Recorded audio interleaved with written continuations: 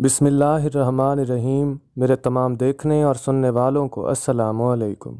मुअज़्ज़िज़ नाज़रीन, आज की हमारी इस वीडियो में हम लोग एरर और मिस्टेक के दरमियान फ़र्क देखने जा रहे हैं।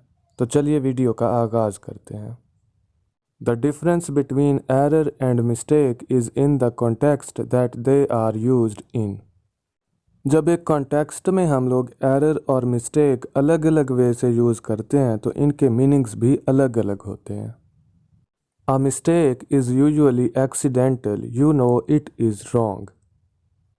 आम तौर पर मिस्टेक जो होती है वो एक्सीडेंटल होती है, मतलब कि हम लोग इसके बारे में जानते होते हैं कि ये गलत है और वो किसी वजह से हादसाती तौर पर हो जाती है।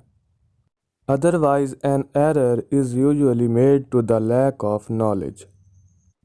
जबकि दूसरी तरफ एरर जो होता है वो ऐसी गलती को कहा जाता है जो नॉलेज की कमी की वजह से हो जाए, मतलब कि हम लोग इसके बारे में जानते ही ना हों कि ये गलत है और हम लोग उसे कर दें, तो ऐसी गलती को हम लोग एरर बोलते हैं। For instance, yesterday I go to work.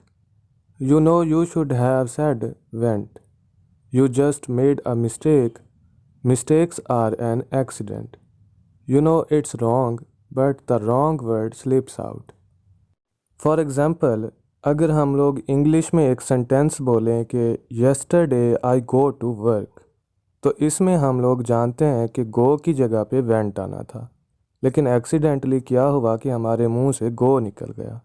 तो चूंकि इस गलती के बारे में हम लोग जानते हैं, इसलिए हम लोग इसको मिस्टेक बोलेंगे, ना कि एरर।